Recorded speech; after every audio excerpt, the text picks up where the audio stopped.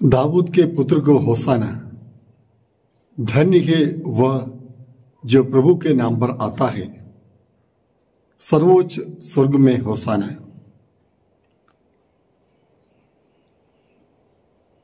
खजूर रविवार के साथ हम लोग पवित्र सप्ताह में प्रवेश कर रहे हैं।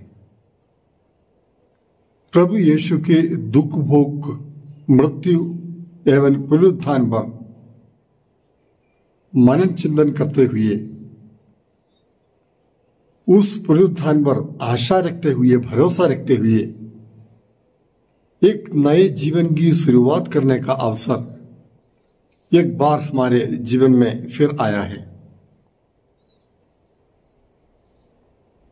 खजूर रविवार एक विश्वासी के जीवन में अत्यंत महत्वपूर्ण दिन है, जिस दिन हम यीशु के महत्वपूर्ण यरूशलेम प्रवेश को याद करते हैं। प्रभु यीशु के यरूशलेम का प्रवेश इस बात की याद दिलाती है कि प्रभु यीशु वही आने वाला प्रभु है, जिसके विषय में सदियों से भविष्यवाणियां की गई, प्रतिज्ञाएं की गई। वही प्रभु जो दाऊद के घराने में उत्पन्न होता है,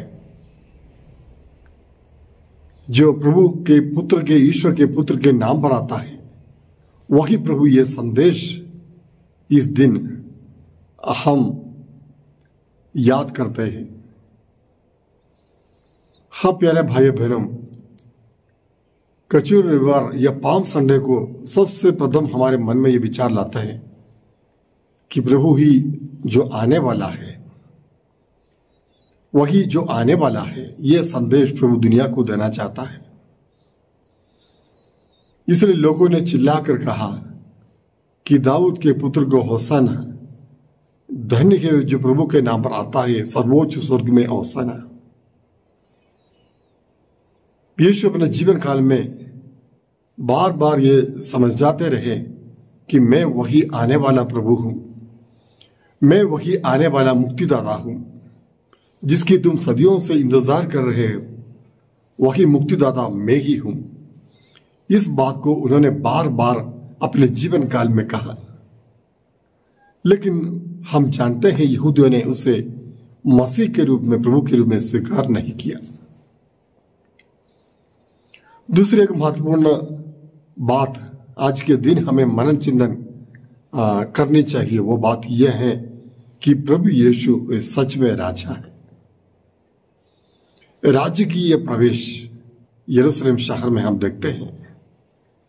लोग डालियां हिलाते हुए, बिछाते हुए, कपड़े बिछाते हुए, नारे लगाते हुए यीशु राजा का स्वागत करते हैं। लेकिन इस राजा में एक विशेषता है, अन्य राजाओं के समान नहीं, संसार के अन्य राजाओं और छत्रपतियों के समान नहीं। ये अपने आप को विनीत करते हुए एक गधे के ऊपर बैठकर सवार हो रहे हैं। न तो इनके साथ फौजी है, न तो इनके पीछे सेना है, न तो तलवारें भाले हैं लड़ने के लिए, शत्रु पर आक्रमण करने के लिए, राज्यों को अपने अधीन करने के लिए किसी भी प्रकार का हथियार इनके पास नहीं।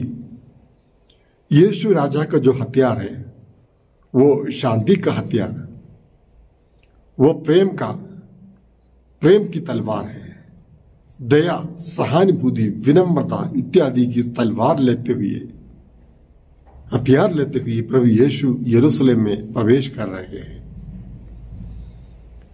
इसका मतलब क्या है प्यारे भाइयों बहनों? प्रभु ये बताना चाहा कि मेरा राज्य इस संसार का नहीं है, इस संसार का नहीं है। अगर इस संसार का हो तो संसार के सर्व वैभव लेकर प्रभु आते हैं, लेकिन संसार के सारे वैभव छोड़कर अपने आप को नम्र व लीन बनाते हुए एक गधे पर बैठकर प्रभु यीशु यरूशलेम में प्रवेश कर रहे हैं।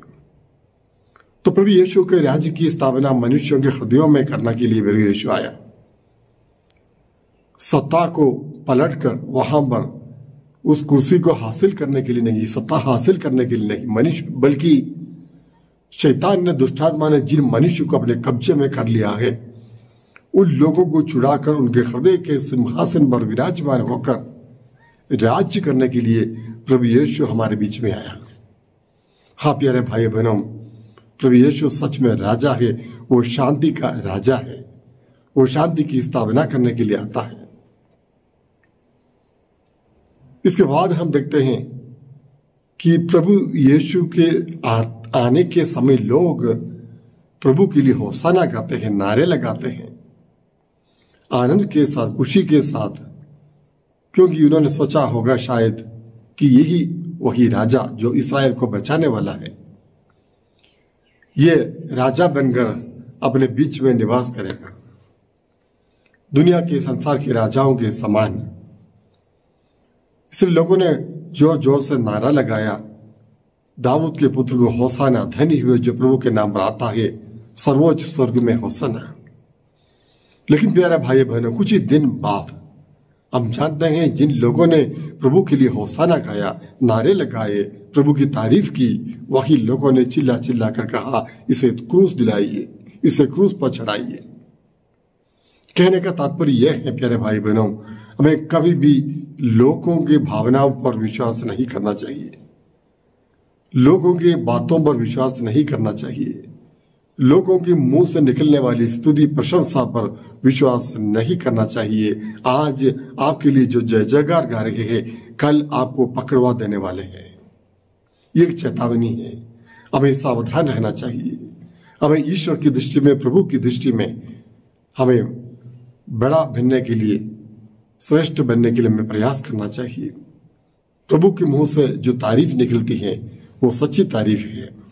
मनुष्य की बातों पर, शब्दों पर विश्वास ना करें, झूठी स्तुति पर विश्वास ना करें, यह आपके लिए हानिकारक है, धोखादायक है। यह संदेश प्रभु आज हमें देना चाहता है।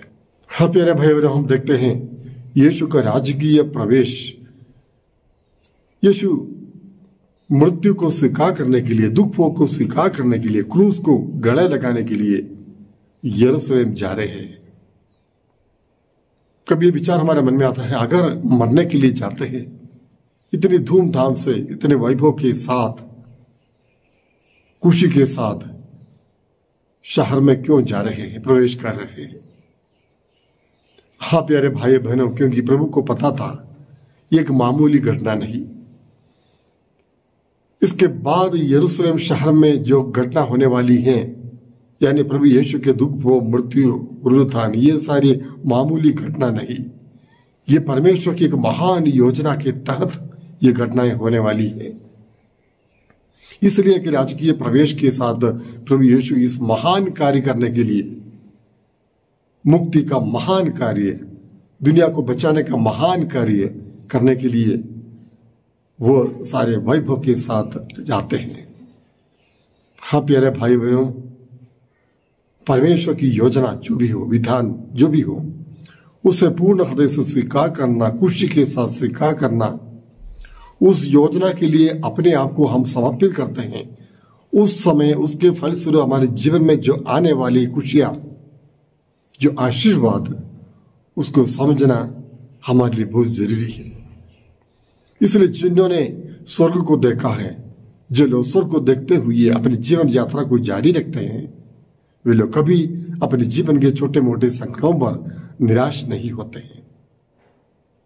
आज जैसे ही हम प्रभु यीशु के, राजा यीशु की राजकीय यरूशलेम प्रवेश को याद करते हुए हम भी उन लोगों के साथ प्रभु की स्तुति करते हैं। हमें याद रखें कि हम वहां के लोगों के समान कुछ दिन बाद यीशु को पकड़वा ना देंगे, यीशु को सलीब पर ना चढ़ाएं। जब हम पाप करते हैं, प्रभु के वचन के विरुद्ध आचरण करते हैं, परमेश्वर की योजना के खिलाफ हम विद्रोह करते हैं, उसे स्वीकार करने के लिए हम तैयार नहीं होते हैं, गुनगुनाते हैं, कुड़कुड़ाते हैं, उस समय हम प्रभु की जय जयकार नहीं करते हैं, हम उन लोगों के साथ नारे लगाने वाले बन जाए, इसे क्रूस दिलाइए, इसे क्रूस दिलाइए।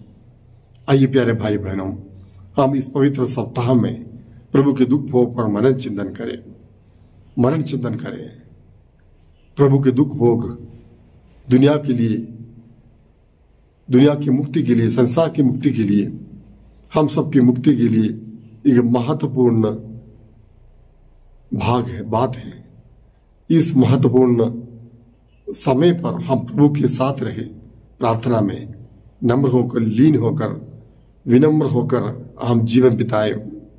प्रभु यीशु गधे पर सवार होकर इसलिए आया, उन्होंने दुनिया को बताना चाहा विनम्र हूं, नम्र हूं, और साथ ही साथ मैं दुनिया की सेवा करने के लिए आया हूं, दुनिया के लिए, आपके लिए मर मिटने के लिए आया हूं, किसी को मारने के लिए नहीं, बल्कि जीवन प्रदान करने के लिए, सेवा करने के लिए, प्यार करने के लिए, क्षमा करने के लिए, दया दिखाने के लिए मैं आया हूं। यही कार्य हम भी करें और प्रभु की दृष्टि में हम भी धन्य बने। प्रभु हम सबको आशीष दे, पिता, पुत्र और पवित्र आत्मा के नाम पर, आमीन।